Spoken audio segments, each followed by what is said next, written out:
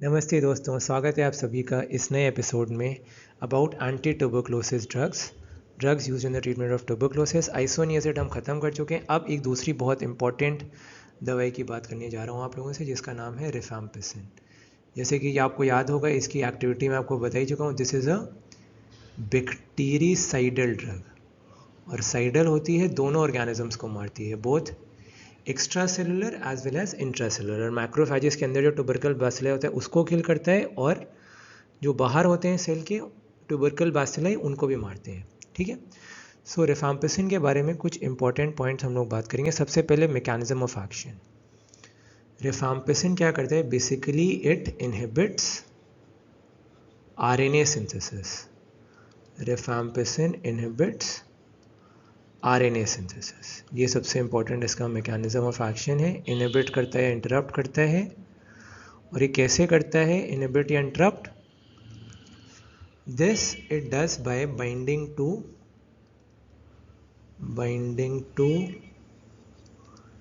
Beta subunit, binding to beta subunit of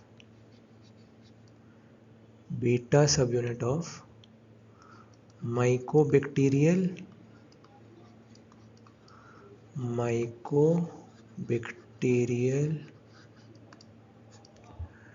DNA dependent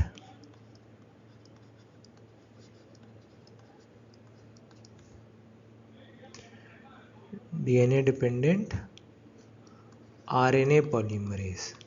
तो main enzyme जिसको inhibit करता है that is mycobacterial DNA dependent RNA polymerase.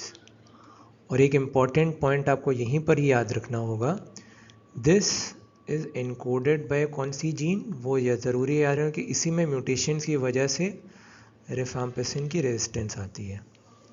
Encoded by RPOB gene. ठीक, microbacterial DNA dependent RNA polymerase को inhibit करता है। तो इससे क्या होता है? RNA का पॉलीमराइजेशन नहीं होता। छोटे में बोले तो RNA और बनता नहीं है। ठीक है। सो RNA का पॉलीमराइजेशन नहीं होता। ये हो गया इसका मैकेनिज्म ऑफ एक्शन रिफैम्पिसिन का। ठीक है, बैक्टीरिसाइडल हो गया, मैकेनिज्म ऑफ एक्शन हो गया। अब यहीं पर हम लोग डिस्कस करेंगे कि रिफैम्पिसिन के और क्या क्या इंपॉर्टेंट पॉइंट्स होते हैं। सबसे पहला point, that rifampicin must always be taken empty stomach. इसको हमेशा खाली पेट दिया जाता है। जो ट्यूबरकुलोसिस का पेशेंट होता है उसको बोला जाता है इस दवाई को आपको खाली पेट खाना है। ठीक, गिवन एम्प्टी स्टमक। दूसरा वेरी इंपॉर्टेंट पॉइंट, अगर आप लोग याद करो, मैंने बताया था safe in the renal disease, एक निमोनिक बताया था safe in the renal disease. Renal disease में कौन कौन से एंटीबायोटिक सेफ हैं, जाकर के मेरा पुराना वीडियो देख लेना, उसमें क्लियर हो जाएगा। So it is secreted in bile. Renal, जिनको रीनल की कोई प्रॉब्लम है, किडनी कोई प्रॉब्लम है, उसमें सेफली दे सकते हैं। और तीसरा सबसे important point, this is a very strong enzyme inducer, very strong microsomal enzyme inducer. Enzyme inducer inhibitors के मैंने आपको नाम बताए थे, जाके रिवाइज कर लीजिएगा, मेरे पुराने वीडियो से मैंने बताया था। GPRS cell phone, GPRS cell phone are the enzyme inducers. G से griseofulvin anti fungal drug, P से phenytoin anti epileptic, rifampicin smoking, carbamazepine and phenobarbitone. ठीक है। सो एंजाइम इंड्यूसर है ये। तो इसमें आपको कुछ इंपॉर्टेंट इंटरैक्शंस याद करने एंजाइम इंड्यूसर में, 3। एक तो इसका इंटरैक्शन विद वार्फरिन। ठीक, दूसरा इसका interaction with oral contraceptive pills. ठीक, तीसरा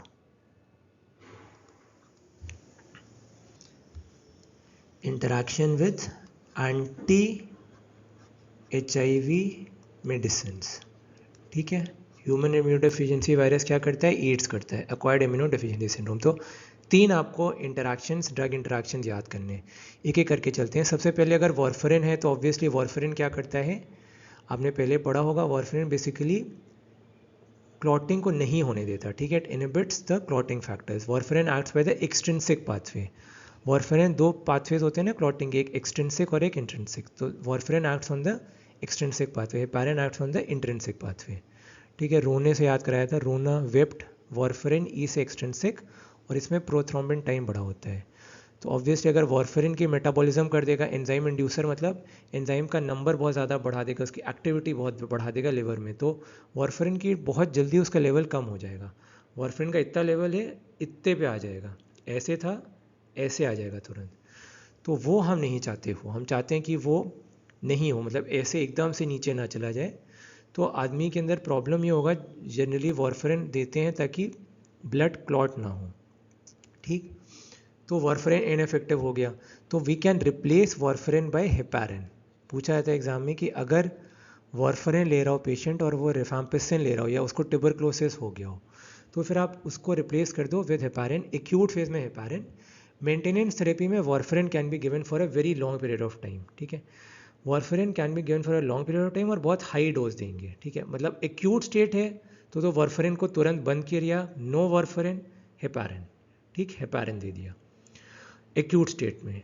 और जब हमने देखा सब कंट्रोल में आ रहे हैं लेवल्स और क्लॉटिंग फैक्टर सब मॉनिटर करके देखा, prothrombin time, international normalise ratio, INR सब देख लिया, सब कुछ भला चंगा है, तो फिर हम हाई डोज वारफेरिन दे सकते हैं फॉर मेंटेनेंस, क्योंकि वारफेरिन को टाइम लगता है काम करने। वारफेरिन का आपको याद हो, रिकलेक्ट कर पाओ, मैंने बताया warfarin takes a long period to act, उसका बहुत टाइम लगता है उसका एक्शन आने में। तो हेपारिन से एक्यूट ट्रीटमेंट कर लिया। दूसरा, एक प्रेग्नेंट औरत आपके पास आई, मतलब एक औरत प्रेग्नेंट हो गई, सॉरी, कॉन्ट्रासेप्टिव फेलियर कई बार होता है रिफाम्पिसिन को देने की वजह से। क्या होता है, अनप्रोटेक्टेड सेक्सुअल इंटरकोर्स अगर कोई फीमेल कर रही है किसी मेल के साथ, and she suffering from tuberculosis, और वो रिफाम्पिसिन ले रही है, और रिफाम्पिसिन लेते लेते अब वो प्रेग्नेंट हो गई, वो आपके पास आई कि बोले डॉक्टर साहब मैं तो प्रेग्नेंट हो गई। तो आपको बहुत ध्यान रखना है कि अगर कोई भी लड़की, कोई भी यंग फीमेल या लेडी कोई भी हो जिसको जो प्रेगनेंसी जिसको होने का चांस हो, तो उसको प्लीज़ बोलिए कि आप ओरल कॉन्ट्रासेप्टिव मेथड पिल मत लीजिए please, you should use any another method of contraception. अगर आप प्रेगनेंसी प्रिवेंट करना चाहते हैं तो please use another method of contraception. OCP या ओरल कॉन्ट्रासेप्टिव पिल मत यूज़ करिएगा, क्योंकि प्रेगनेंसी का रिस्क हो सकता है। उसके बाद एंटी HIV, अब आपको पता है HIV और ट्यूबरक्लोसिस में से ज़्यादा खतरनाक है, ऑब्वियसली HIV खतरनाक, आदमी मर जाएगा HIV के, ऐसे TB से भी डेथ होती है, बट सबसे ज़्यादा रिस्की सिर्फ HIV एक ऐसा एक्सेप्शन है जिसमें कि हम एंटी ट्यूबरकुलर दवा बदल देते हैं, सिर्फ HIV के केस में, क्योंकि एक्वायर्ड इम्यूनो डिफिशियंसी सिंड्रोम में इम्यून की बहुत डिफिशियंसी, आदमी मर सकता है।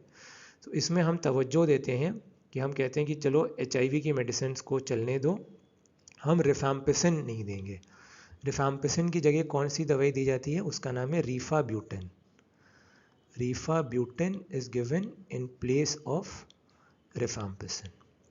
ठीक, rifabutin is given in place of rifampicin.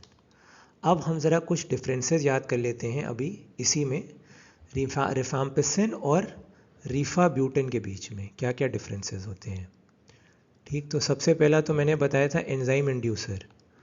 जो रिफाम्पिसिन होता है वो बहुत ज़्यादा एंजाइम इंड्यूसर होता है, it is a very strong enzyme inducer, उसके मुकाबले बहुत कम एंजाइम्स को ये इंड्यूस करती है। उसके बाद ठीक है, तो ये पहला पॉइंट हो गया, एंजाइम इंड्यूसिंग प्रॉपर्टीज़ की बहुत ज़्यादा है, इसकी बहुत कम है। उसके बाद दूसरा इंपॉर्टेंट पॉइंट, ट्यूबरक्लोसिस में this is the most effective drug. ठीक है, most effective in the treatment of tuberculosis. ये इतनी ज़्यादा इफेक्टिव नहीं होती ट्यूबरक्लोसिस के ट्रीटमेंट में, दिस इज लेस इफेक्टिव। ठीक, उसके बाद तीसरा इंपॉर्टेंट पॉइंट जो आपको याद करना है वो ये है कि Mycobacterium avium complex, Mycobacterium avium complex, ठीक है, बहुत सारे इन्फेक्शंस करता है, इसमें दिस इज मोर इफेक्टिव,